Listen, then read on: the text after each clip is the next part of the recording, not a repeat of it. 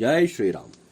उन्होंने अनगिनत अनुपम सती ब्रह्माणी और लक्ष्मी देखी है। जिस जिस रूप में ब्रह्मा आदि देवता थे, उसी के अनुकूल रूप में उनकी ये सब शक्तियां भी थी। सती जी ने जहां तहां जितने रघुनाथ देखे हैं शक्तियों सहित, वहां उतने ही सारे देवताओं को भी देखा है। संसार में जो चराचर जीव है वे भी अनेक प्रकार से सब देखे हैं। उन्होंने देखा है कि अनेकों वेश धारण करके देवता प्रभु श्री रामचंद्र जी की पूजा कर रहे हैं, परंतु श्री रामचंद्र जी का दूसरा रूप कहीं नहीं देखा। सीता सहित श्री रघुनाथ जी बहुत से देखे हैं, परंतु उनके वेश अनेक नहीं थे। सब जगह वही रघुनाथ जी, वही लक्ष्मण जी, वही सीता जी। सती ऐसा देखकर बहुत ही डर गई। उसका हृदय कांपने लगा और देह की सारी सुध बुध जाती रही। वे आंख मूंद कर मार्ग में बैठ गई।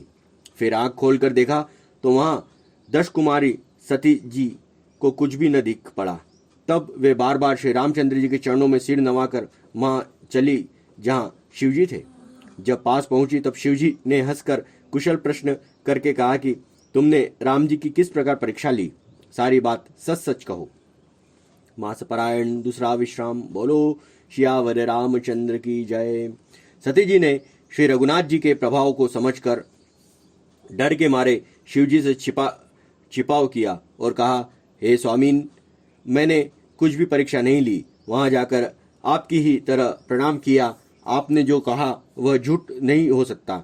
मैंने मन में यह बड़ा पूरा विश्वास है। तब शिवजी ने ध्यान करके देखा कि सती जी ने जो चरित्र किया था सब जान लिया।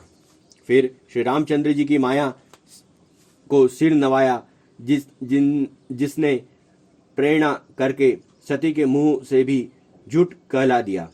सुजान शिवजी ने मन में विचार किया कि हरि की इच्छा रूपी भावी प्रबल है।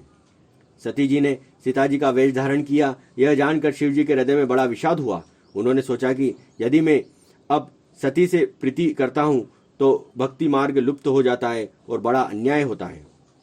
सती परम पवित्र है, इसलिए इन्हें छोड़ते भी नहीं बनता और प्रेम करने से बड़ा पाप है। प्रकट करके महादेव ने कुछ भी नहीं कहते, परंतु उनके हृदय में बड़ा संताप है। तब शिवजी ने प्रभु श्री रामचंद्र जी के चरण कमलों में सिर नवाया और श्री रामचंद्र जी का स्मरण करते ही उनके मन में यह आया कि सती के इस शरीर से मेरी पति पत्नी रूप में भेंट नहीं हो सकती। और शिवजी ने अपने मन में यह संकल्प कर लिया। स्थिर बुद्धि शंकर जी ऐसा विचार कर श्री रघुनाथ जी का स्मरण करते हुए अपने घर कैलाश को चले। चलते समय सुंदर आकाशवाणी हुई कि हे महेश, आपकी जय हो। आपने भक्ति की अच्छी दृढ़ता की। आपको छोड़कर दूसरा कौन ऐसा प्रतिज्ञा कर सकता है। आप श्री रामचंद्र जी के भक्त हैं, समर्थ हैं और भगवान हैं। इस आकाशवाणी को सुनकर सती के मन में चिंता हुई और उन्होंने सकुचाते हुए शिवजी से पूछा, हे कृपालु, कहिए आपने कौन सी प्रतिज्ञा की है। हे प्रभु, आप सत्य के धाम और दयालु हैं। यद्यपि सती जी ने बहुत प्रकार से पूछा, परंतु त्रिपुरारी शिवजी ने कुछ न कहा। सती ने हृदय में अनुमान किया कि सर्वज्ञ शिवजी सब जान गए हैं।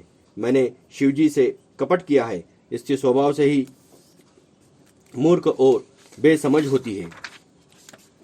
प्रीति की सुंदर रीति देखिए कि जल भी दूध के साथ मिलकर दूध के समान भाव बिकता है, परंतु फिर कपट रूपी खटाई पड़ते ही पानी अलग हो जाता है, दूध फट जाता है, स्वाद प्रेम जाता रहता है। अपनी करनी को याद करके सीताजी ने, जिसे प्रीति सुंदर रीति देखने से जल भी दूध के साथ मिलता है, दूध के समान भाव बिकता है ना। जब जल और दूध दोनों मिलते हैं तो बहुत अच्छा लगता है, लेकिन जब उसमें खटाई पड़ जाती है, खटाई मतलब जब वो फट जाता है तो दूध अलग हो जाता है और उसका जो स्वाद है वो अलग हो जाता है ना। यहाँ पर कवि ने जो स्वाद है वो उसको प्रेम कहा है। ठीक है। अपनी करनी को याद करके सती जी ने के हृदय में इतना सोच है और इतनी अपार चिंता है कि जिसका वर्णन नहीं किया जा सकता। उन्होंने समझ लिया कि शिवजी कृपा के परम अथाह सागर हैं। इससे प्रकट में उन्होंने मेरा अपराध नहीं कहा शिवजी का रूप देखकर सती जी ने जान लिया कि स्वामी ने मेरा त्याग कर दिया है और वे हृदय में व्याकुल हो उठे हैं। अपना पाप समझकर कुछ कहते नहीं बनता, परंतु हृदय भीतर ही भीतर कुम्हार के आवे के समान अत्यंत जलने लगा।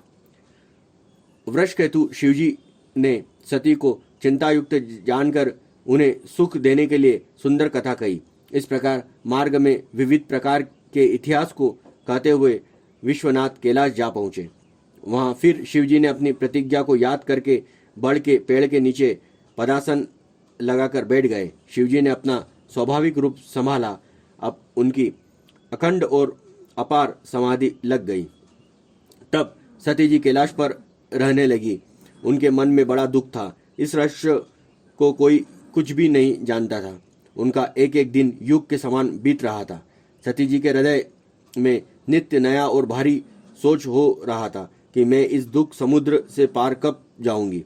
मैंने जो श्री रघुनाथ जी का अपमान किया है और फिर पति के वचनों को झूठ जाना है, उसका फल विधाता ने मुझको दिया। जो उचित है वही किया, परंतु है विधाता, अब मुझे यह उचित नहीं है कि जो शिव से विमुख होने पर भी मुझे जिला रहा है। सती जी के हृदय में ग्लानि कुछ कही नहीं जाती। बुद्धिमता सती जी के मन में श्री रामचंद्र जी का स्मरण किया और कहा, हे प्रभु, यदि आप दीन दयालु कहलाते हैं तो वेदों ने आपका यह यश गाया है कि आप दुख को हरने वाले हैं। तो मैं हाथ जोड़कर विनती करती हूँ कि मेरी यह देह जल्दी छूट जाए।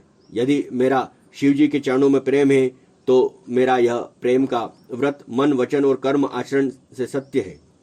तो हे सर्वदर्शी प्रभु, सुनिए और शीघ्र वह उपाय कीजिए जिससे मेरा मरण हो और बिना ही परिश्रम यह पति परित्याग रूप असहार विपत्ति दूर हो जाए।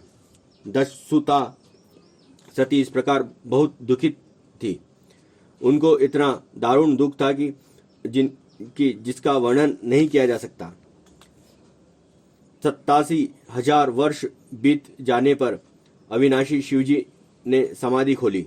87,000 है ना, 87 मतलब 87। शिवजी राम नाम का स्मरण करने लगे। तब सती जी ने जाना कि अब जगत के स्वामी शिवजी जागे हैं। उन्होंने जाकर शिवजी के चरणों में प्रणाम किया। शिवजी ने उनको बैठने के लिए सामने आसन दिया। शिवजी भगवान हरि की रसमयी कथा कहने लगे। उसी समय दक्ष प्रजापति हुए और ब्रह्मा जी ने सब प्रकार के योग देख समझकर दक्ष को प्रजापतियों का नायक बना दिया। जब दक्ष ने इतना बड़ा अपराध पाया तब उनके हृदय में अत्यंत अभिमान आ गया। जगत में ऐसा कोई नहीं पैदा हुआ जिसको प्रभुता पाकर मद न हो। दक्ष ने सब मुनियों को बुला लिया और बड़ा यज्ञ करने लगा। जो देवता यज्ञ का भाग पाते, दक्ष ने उन सबको आदर सहित निमंत्रण किया। दक्ष का निमंत्रण पाकर किन्नर, नाग, सिद्ध, गंधर्व और सब देवता अपनी अपनी स्त्रियों सहित चले। विष्णु, ब्रह्मा और महादेव जी को छोड़कर सभी देवता अपना अपना विमान सजाकर चले। सती जी ने देखा अनेकों प्रकार के सुंदर विमान आकाश में चले जा रहे हैं। देव सुंदरियां मधुर गान कर रही है, जिन्हें सुनकर मुनियों का ध्यान छूट जाता है। सती जी ने विमानों में देवताओं के जाने का कारण पूछा। तब शिवजी ने सब बातें बतलाई। पिता के यज्ञ की बात सुनकर सती कुछ प्रसन्न हुई और सोचने लगी कि यदि महादेव जी मुझे आज्ञा दें तो इसी बहाने कुछ दिन पिता के घर जाकर रहूं, क्योंकि उनके हृदय में पति द्वारा त्यागी जाने का बड़ा भारी दुख था। पर अपना अपराध समझकर वे कुछ कहती न थी। आखिर सती जी भय, संकोच और प्रेम रस से सनी हुई मनोहर वाणी से बोली, हे प्रभु, मेरे पिताजी के घर बहुत बड़ा उत्सव है। यदि आपकी आज्ञा हो तो कृपाधाम में आदर सहित उसे देखने जाऊं। शिवजी ने कहा, तुमने बात तो अच्छी कही है, यह मेरे मन को प्रसन्न आई, पर उन्होंने न्योता नहीं भेजा है, यह अनुचित है। दक्ष ने अपनी सब लड़कियों को बुलाया था, किंतु हमारे वैर के कारण उन्होंने तुमको भी भुला दिया। एक बार ब्रह्मा की सभा में हमसे अप्रसन्न हो गए थे, उसी से वे अब भी हमारा अपमान करते हैं। हे भवानी, जो तुम बिना बुलाए जाओगी तो न शील स्नेह ही रहेगा और न ही मान मर्यादा ही रहेगी। यानी बिना बुलाए कहीं जाते हैं तो न तो वहाँ पर शील स्नेह रहता और न मान मर्यादा रहती है, इसलिए कभी भी किसी के यहाँ बिना बुलाए नहीं जाना चाहिए। यद्यपि इसमें संदेह नहीं कि मित्र, स्वामी, पिता और गुरु के घर बिना बुलाए भी जाना चाहिए, लेकिन यदि मित्र, स्वामी और पिता और गुरु न बुलाए तब भी वहाँ पर जा सकते हैं, इसमें कोई संदेह नहीं है। तो भी जहाँ कोई विरोध मानता हो उसके घर जाने से कल्याण नहीं होता है ना। यद्यपि इसमें संदेह नहीं कि मित्र, स्वामी, पिता और गुरु के घर बिना बुलाए भी जाना चाहिए, तो भी जहाँ कोई विरोध मानता हो उसके घर जाने से कल्याण नहीं होता। शिवजी ने बहुत प्रकार से समझाया, पर होनहार सती ने के हृदय में बोध नहीं हुआ। फिर शिवजी ने कहा कि यदि बिना बुलाए जाओगी तो हमारे समझ में अच्छी बात न होगी। शिवजी ने बहुत प्रकार से कहकर देख लिया, किंतु जब सती किसी प्रकार भी नहीं रुकी, तब त्रिपुरारी महादेव ने अपने मुख्य गणों को साथ देकर उनको विदा कर दिया। भवानी जब पिता दक्ष के घर पहुंची तब दक्ष के डर के मारे किसी ने उनकी आवभगत नहीं की। केवल एक माता भले ही आदर से मिली, बहनें बहुत मुस्कुराती हुई मिली। दक्ष ने तो उनकी कुछ कुशल तक नहीं पूछी। सती जी को देखकर उल्टे उनके सारे अंग जल उठे। तब सती जी ने जाकर यज्ञ देखा तो वहां कहीं शिवजी का भाग दिखाई नहीं दिया। तब शिवजी ने जो कहा था वह उनकी समझ में आया। स्वामी का अपमान समझकर सती जी के हृदय जल उठा। पिछला परित्याग का दुख उनके हृदय में उतना नहीं व्यापा था जितना महान दुख इस समय पति अपमान के कारण हुआ था। यद्यपि जगत में अनेक प्रकार के दारुण दुख हैं, तथापि जाति अपमान सबसे बढ़कर कठिन है। यह समझकर सती को बड़ा क्रोध हो आया। माता ने उन्हें बहुत प्रकार से समझाया बुझाया। मतलब कि सारे दुख में सबसे बड़ा दुख कौन सा? जाति अपमान, यह सबसे बड़ा दुख है। परंतु उनसे शिवजी का अपमान सहा नहीं गया। इससे उनके हृदय में कुछ भी प्रबोध नहीं हुआ। तब वे सारी सभा को हठपूर्वक डांटकर क्रोध भरे वचन बोली, हे सभासदों और सब मुनीश्वरों, सुनो। जिन लोगों ने यहाँ शिवजी की निंदा की या सुनी है, उन सबको उसका फल तुरंत ही मिलेगा और मेरे पिता दक्ष भी भली भांति पछताएंगे। जहाँ संत शिवजी और लक्ष्मीपति विष्णु भगवान की निंदा सुनी जाए, वहाँ ऐसी मर्यादा है कि यदि अपना वश चले तो उस निंदा करने वाले की जीभ काट ले और नहीं तो कान मूंद कर वहाँ से भाग जाए। त्रिपुर दैत्य को मारने वाले भगवान महेश्वर संपूर्ण जगत के आत्मा हैं। वे जगत पिता और सबका हित करने वाले हैं। मेरा मंद बुद्धि पिता उनकी निंदा करता है और मेरा यह शरीर दक्ष ही के वीर्य से उत्पन्न है। इसलिए चंद्रमा को ललाट पर धारण करने वाले वृक्ष केतु शिवजी को हृदय में धारण करके मैं इस शरीर को तुरंत ही त्याग दूंगी। ऐसा कहकर सती जी ने योगागिन में अपना शरीर भस्म कर डाला। सारी यज्ञशाला में हाहाकार मच गया। सती का मरण सुनकर शिवजी के गण यज्ञ विध्वंस करने लगे। यज्ञ विध्वंस होते देख मुनीश्वर भृगु जी ने उनकी रक्षा की। ये सब समाचार शिवजी को मिले। तब उन्होंने क्रोध करके वीरभद्र को भेजा। उन्होंने वहां जाकर यज्ञ विध्वंस कर डाला और सब देवताओं को यथोचित फल दंड दिया। दक्ष की जगत प्रसिद्धि वही गति हुई जो शिव द्रोही की हुआ करती है। यह इतिहास सारा संसार जानता है, इसलिए मैंने संक्षेप में वर्णन किया है। सती ने मरते समय भगवान हरि से यह वर मांगा था कि मेरा जन्म में शिव के चरणों में अनुराग रहे। इसी कारण उन्होंने हिमाचल में जल घर पाकर पार्वती के शरीर में जन्म लिया।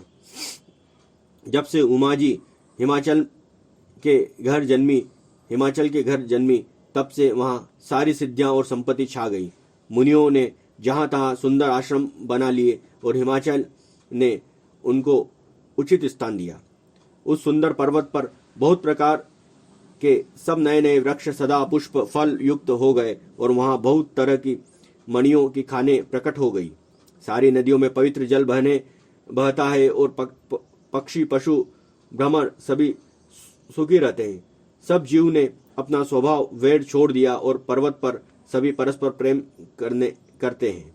पार्वती जी के घर आ जाने से पर्वत ऐसा शोभायमान हो गया जैसा राम भक्त को पाकर भक्त शोभायमान होता है। उसी पर्वतराज के घर नित्य नए नए मंगलोत्सव होते हैं, जिनका ब्रह्मादि यश गाते हैं। जब नारद जी ये सब समाचार सुना तो कौतूहल पूर्वक हिमाचल घर पधारे। पर्वतराज ने उनका बड़ा आदर किया और चरण धोकर उनको उत्तम आसन दिया।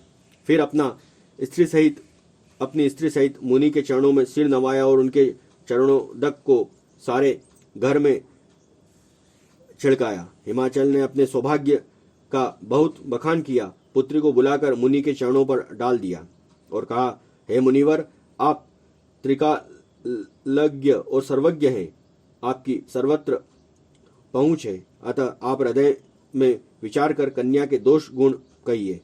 नारद मुनि ने हंसकर रहस्य युक्त कोमल वाणी से कहा, तुम्हारी कन्या सब गुणों की खान है। यह स्वभाव से ही सुंदर, सुशील और समझदार है। उमा, अंबिका और भवानी इसके नाम है। उमा, अंबिका, भवानी। कन्या सब सुलक्षणों से संपन्न है। यह अपनी पति को सदा प्यारी होगी, इसका सुहाग सदा अचल रहेगा, इससे इसके माता पिता यश पावेंगे। यह सारे जगत में पूज्य होगी और अपनी इसकी सेवा करने से कुछ भी दुर्लभ न होगा। संसार में स्त्रियां इसका नाम स्मरण करके प्रतिव्रत रूप तलवार की धार पर चढ़ जाएगी। हे पर्वतराज, तुम्हारी कन्या सुलक्षणी है। अब इसमें जो 2-4 अवगुण हैं उन्हें भी सुन लो। गुणहीन, मानहीन, माता पिता वहीन, उदासीन और संशयहीन, लापरवाह, योगी, जटाधारी, निष्काम हृदय, नंगा और अमंगल वेश वाला ऐसा पति इसको मिलेगा। इसके हाथ में ऐसी ही रेखा पड़ी है। नारद मुनि की वाणी सुनकर उनको हृदय में सत्य जानकर पति पत्नी हिमवान और मैना को दुख हुआ और पार्वती जी प्रसन्न हुई। नारद जी ने भी इस रहस्य को नहीं जाना, क्योंकि सबकी बाहरी दशा ऐसी ही होने पर भीतरी समझ भिन्न भिन्न थी।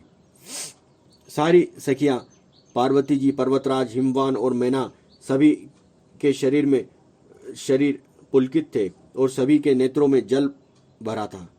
देवर्षि का वचन असत्य नहीं हो सकता। यह विचार कर पार्वती जी ने उन वचनों को हृदय में धारण कर लिया।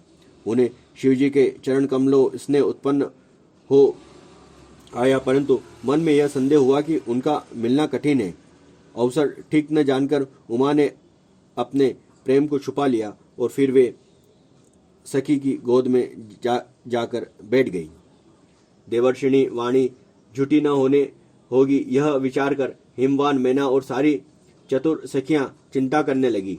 फिर हृदय में धीरज धरकर पर्वतराज ने कहा, हे नाथ, कहिए अब क्या उपाय किया जाए। मुनीश्वर ने कहा, हे हिमवान, सुनो, विधाता ने ललाट पर जो कुछ लिख दिया है उसको देवता, दानव, मनुष्य, नाग, मुनि कोई भी नहीं मिटा सकता। तो भी एक उपाय मैं बताता हूँ। यदि देव सहायता करे तो वह सिद्ध हो सकता है। उमा को वर तो निसंदेह वैसा ही मिलेगा जैसा मैंने तुम्हारे सामने वर्णन किया है, परंतु मैंने वरन के जो दोष बतलाए हैं, मेरे अनुमान से वे सभी शिवजी में हैं। यदि शिवजी के साथ विवाह हो जाए तो दोषों को भी सब लोग गुणों के समान ही कहेंगे। जैसे विष्णु भगवान शेषनाग की सैया पर सोते हैं तो भी पंडित लोग उनको कोई दोष नहीं लगाते।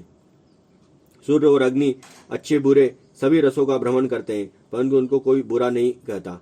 गंगा जी ने शुभ और अशुभ सभी जल बहता है गंगा जी में, पर कोई उन्हें अपवित्र नहीं कहता। सूर्य, अग्नि और गंगा जी की भांति समर्थ को कुछ दोष नहीं लगता। यदि मूर्ख मनुष्य ज्ञान के अभिमान में इस प्रकार होड़ करते हैं तो वे कल्प भर के लिए नरक में पड़ते हैं। भला कहीं जीव भी ईश्वर के समान सर्वथा स्वतंत्र हो सकता है? गंगा जल से भी बनाई हुई मदिरा को जानकर संत लोग कभी उसका पान नहीं करते हैं, पर वही गंगा जी में मिल जाने पर जैसे पवित्र हो जाती है। ईश्वर और जीव में भी वैसे ही भेद है। शिव जी सहज ही समर्थ और है, क्योंकि वे भगवान हैं, इसलिए इस विवाह में सब प्रकार कल्याण से कल्याण है। परंतु महादेव जी की अपराध बड़ी कठिन है, आराधना बड़ी कठिन है। महादेव जी की आराधना बड़ी कठिन है, फिर भी कलेश तप करके वे बहुत जल्द संतुष्ट हो जाते हैं। यदि तुम्हारी कन्या तप करे तो त्रिपुरारी महादेव जी होनहार को मिटा सकते हैं। यद्यपि संसार में वर अनेक है, पर इसके लिए शिव जी को छोड़कर दूसरा वर नहीं है। शिव जी वर देने वाले, शरणागतों के दुख का नाश करने वाले, कृपा के समुद्र और सेवकों के मन को प्रसन्न करने वाले हैं। शिव जी की आराधना किए बिना करोड़ों योग और तप करने पर भी वांछित फल नहीं मिलता है।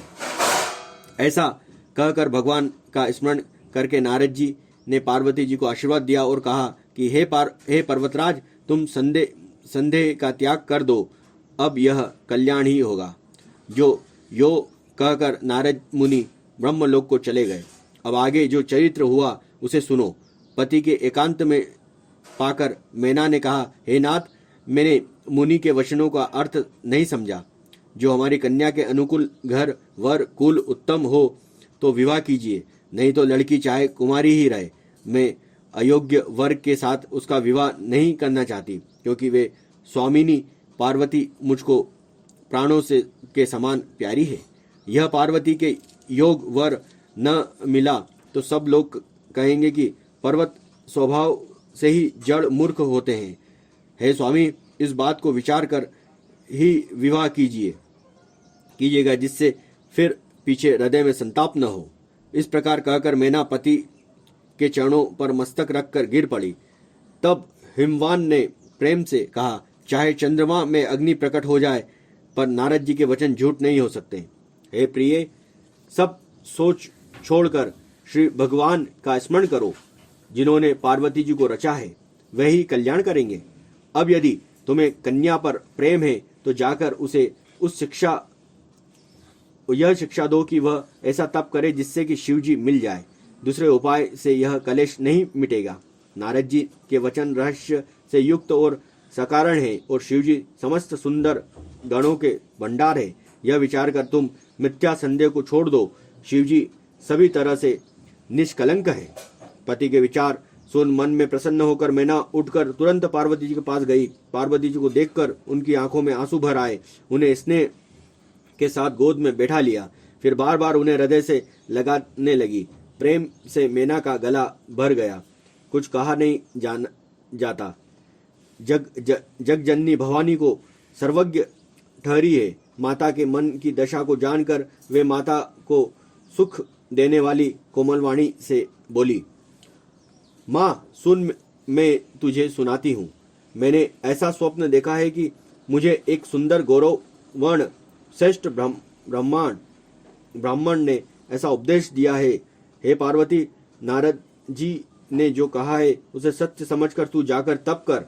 फिर यह बात तेरे माता पिता को भी अच्छी लगी है। तप सुख देने वाला और दुख दोष का नाश करने वाला है। तप के बल से ही ब्रह्मा संसार को रचते हैं, और तप के बल से ही विष्णु सारे जगत का पालन करते हैं। तप के बल से ही शंभु रुद्र रूप से जगत का संहार करते हैं। तप के बल से ही शेष जी पृथ्वी भार धारण करते हैं। हे भवानी, सारी सृष्टि तप के आधार पर ही ऐसा जी में जानकर तू जाकर तप कर। यह बात सुनकर माता को बड़ा अचरज हुआ, और उसने हिमवान को बुलाकर वह स्वप्न सुनाया। माता पिता को बहुत तरह से समझाकर बड़े हर्ष के साथ पार्वती जी तप करने चली गई, और प्यारे कुटुंब पिता माता सब व्याकुल हो गए। किसी के मुंह से बात नहीं निकलती। तब वेद शिरा मुनि ने आकर सबको समझाया। कहा, पार्वती जी की महिमा सुनकर सबको समाधान हो गया। प्राणपति शिव जी के चरणों को हृदय धारण करके पार्वती जी वन में जाकर तप करने लगी। पार्वती जी का अत्यंत सुकुमार शरीर तप के योग्य नहीं था, तो भी पति की चरणों का स्मरण करके उन्होंने सब भोगों को तज दिया। स्वामी जी के चरण में नित्य नया अनुराग उत्पन्न होने लगा और तप से ऐसा मन लगा कि शरीर की सारी सुध बिसर गई। 1000 वर्ष तक उन्होंने मूल और फल खाए, फिर 100 वर्ष साग खाकर बिताए। कुछ दिन जल और वायु का भोजन किया, फिर कुछ दिन कठोर उपवास किए जो बेलपत्र सूख कर पृथ्वी पर गिरते थे। 30,000 वर्ष तक उन्हीं को खाया, फिर सूखे पर्ण पत्ते भी छोड़ दिए। तभी पार्वती जी का नाम अपर्णा हुआ। तब से उमा का शरीर क्षीण देखकर आकाश में गंभीर ब्रह्मवाणी हुई, हे पर्वतराज की कुमारी, सुन, तेरा मनोरथ सफल हुआ। तू अब सारे असंहार कलेशों को, कठिन तप को त्याग दे। अब तुझे शिव जी मिलेंगे। हे भवानी, ढेर मुनि और ज्ञानी बहुत हुए हैं, पर ऐसा कठोर तप किसी ने नहीं किया। अब तू इस श्रेष्ठ ब्रह्मा की वाणी को सदा सत्य और निरंतर पवित्र जानकर अपने हृदय में धारण कर। जब तेरे पिता बुलाने को आवे तब हट छोड़कर घर चली जाना, और जब उन्हें सप्तर्षि मिले तब इसी वाणी को ठीक समझना। इस प्रकार आकाश में कही हुई ब्रह्मा की वाणी सुनते ही पार्वती जी प्रसन्न हो गई और हर्ष के मारे उनका शरीर पुलकित हो गया। याज्ञवत्सल जी भारद्वाज जी से बोले कि मैंने पार्वती का सुंदर चरित्र सुनाया, अब शिव जी का सुहावना चरित्र सुनो। बोलो जय श्री राम, जय जय श्री राम। ओम नमः शिवाय, ओम नमः शिवाय, ओम नमः शिवाय, ओम नमः शिवाय, ओम नमः शिवाय।